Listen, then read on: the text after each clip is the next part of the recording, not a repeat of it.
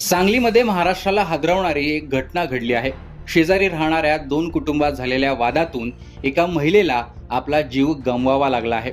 सांगलीच्या कुपवाडमध्ये घरासमोर कचरा टाकल्याच्या कारणावरून झालेल्या या वादात आरोपीने पती पत्नीवर हल्ला केला। पोलिसांनी दिलेल्या माहितीनुसार रविवारी सकाळच्या सुमारास मनीषा केसरकर या पाणी गरम करण्यासाठी चूल पेटवत होत्या। त्यावेळी शेजारी राहणाऱ्या फरीद शेख याने घरामागील रस्त्यावर कचरा टाकल्याचं त्यांच्या निदर्शनास आलं। यावरून मनीषा यांनी शेख याला कचरा टाकण्याबाबत जाब विचारला। त्यातून दोघांमध्ये वाद झाला। या दरम्यान मनीषा यांचे पती मोहन केसरेकर यांनी मध्यस्थी करण्याचा प्रयत्न केला। यावेळी आरोपीने मोहन यांना कानाखाली मारली। त्यानंतर आरोपी घरातून हातोडा आणि चाकू घेऊन आला। त्याने मोहन यांच्या डोक्यात हातोड्याने प्रहार करून त्यांना गंभीर जखमी केलं। तसेच मनीषा यांच्या डोक्यात आणि पोटात वार केल्याचं फिर्यादीत नमूद करण्यात आलेलं आहे। सुरुवातीला बाचाबाची सुरू होती आणि पाहता पाहता त्याचं रूपांतर हाणामारीत झालं। रागाच्या भरात शेजाऱ्याने केलेल्या प्राणघातक हल्ल्यात मोहन केसरेकर आणि त्यांच्या पत्नी मनीषा केसरेकर हे दोघे गंभीर जखमी झाले। त्यानंतर उपचारादरम्यान या महिलेचा मृत्यू झाला। या प्रकरणी फरीद अब्दुल शेख याच्या विरोधात कुपवाड औद्योगिक पोलीस ठाण्यात गुन्हा दाखल करण्यात आला आहे। हे कुटुंब 20 वर्षांपूर्वी सांगलीत आलं होतं। गवंडी काम करणाऱ्या या कुटुंबाने 7 महिन्यांपूर्वी विघ्नहर्ता शांती कॉलनीमध्ये स्वतःचं घर बांधलं होतं अशी माहिती मिळते। तेव्हापासून आरोपी फरीद शेख याने या कुटुंबाला त्रास देण्यास सुरुवात केली होती। हिंदू असल्याने तुम्ही इथे राहायचं नाही अशा पद्धतीचा तो मानसिक त्रास कुटुंबाला देत होता, असा आरोप गोपीचंद पडळकर यांनी केला। गेल्या काही दिवसांपासून शेजारी राहणाऱ्या दोन कुटुंबांमध्ये कचरा फेकण्याच्या कारणावरून किरकोळ वाद सुरू होता असंही बोललं जाते। यावेळी पीडित व्यक्तीची भेट घेण्यासाठी आलेले गोपीचंद पडळकर काय बोलले ऐका। आज 15 ऑगस्ट आहे। अखंड देशभर स्वतंत्र दिवस सगळे उत्साहात साजरा करत आहेत आणि अशा दिवशी एक बेळगावहून खानापूर तालुक्यातील हेब्बाळ नावाचं गाव आहे। या गावातून मोहन केसरीकर आणि त्यांची मिसेस मनीषा केसरीकर, त्यांची 2 मुलं, म्हणजे ते 20 वर्षापूर्वी आपल्या सांगलीमध्ये आलेले आहेत। गवंडी काम करणारे, विटांचं बांधकाम करणं, प्लास्टर करणं, असं फार कष्टाचं काम करणारी हे कुटुंब आहे।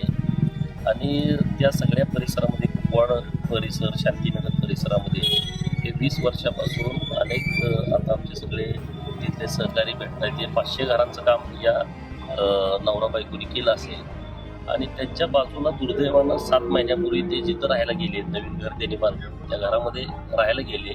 तिथं हा जिहादी प्रवृत्तीचा माणूस तिथं राहायला होता आणि 7 महिने झालं सातत्याने ह्या लोकांना त्रास देतोय, तुम्ही इथं राहायचं नाही म्हणून। घरावरती दगड टाकणं, घराच्या समोर खरकटं टाकणं, मांस खाऊन सगळं तिथं फेकून देणं, घरामध्ये रात्री बॅटऱ्या लावणं, हे बिचारे कधी त्याला एका शब्दानं बोलले नाही, काहीच कारण नाही। आज सकाळी तर 6ला उठल्या त्यानं त्याच्यावरून दंगा घातला, तुम्ही इथं राहायचं नाही आणि म्हणून त्यांना मारहाण केलेली आहे। आणि त्या मारहाणीमध्ये दुर्दैवानं आता त्या लेडीचा मृत्यू झालेला आहे आणि त्या लेडीचे पती मोहनराव मृत्यूशी झुंज देत आहेत, डोक्यामध्ये हातोडा मारलेला आहे। म्हणजे हे जे जिहादी प्रवृत्तीची ही मानसिकता आहे, अत्यंत घाणेरडी वृत्ती आहे आणि त्यामुळं हे कुठंतरी थांबलं पाहिजे।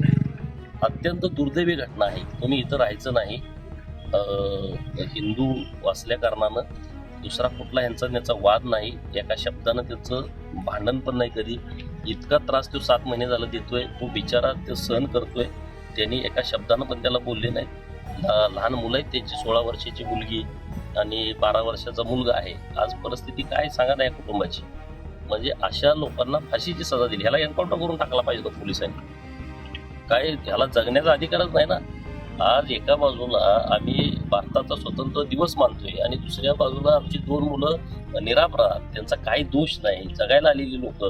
गावाकडं तिकडं सीमा भागातलं गाव आहे, सीमा भागामध्ये तिथं त्यांचे म्हातारे आई वडील तिथं घरी आहेत, चुलता पण इथंच त्यांचा गवंडी काम करतोय आणि अशा कुटुंबाचा बळी या असल्या जिहादी प्रवृत्तीमध्ये गेलेला आहे।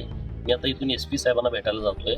SP साहेबांनी तात्काळ ह्या सगळ्या विषयामध्ये एकतर फास्ट ट्रॅक कोर्टामध्ये चालवा, नसेल तर एन्काउंटर करून टाकायला असले ठेवताय कशासाठी कारण नसताना। गरीब लोकांना आज तर 500 लोक दिवसभर थांबलेत। एक कर्नाटकमधला बिगारी काम करणारा माणूस, गवंडी काम करणारा माणूस, इतकी माणसं त्यात जोडलेत, लोक रडतेत, लोक सगळी आजूबाजूचे त्यांचे सगळे परिसरात राहणारी लोक मला भेटली, ते अक्षरशः रडतायत.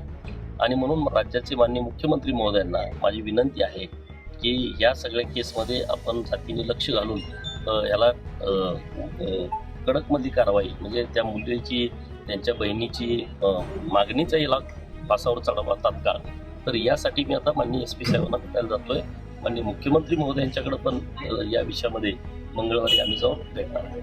तर प्राथमिक तपासात आरोपी फरीद शेख हा मानसिकदृष्ट्या आजारी अथवा रुग्ण असल्याची देखील शक्यता व्यक्त केली जाते. मात्र त्याने हा प्राणघातक हल्ला पूर्व वैमनस्यातून केला की तात्कालिक रागातून, याचा सखोल तपास कुपवाड MIDC पोलीस करत आहेत. शांत आणि निवासी भागात घडलेल्या या घटनेमुळे कुपवाड परिसरात तीव्र संताप व्यक्त केला जातो.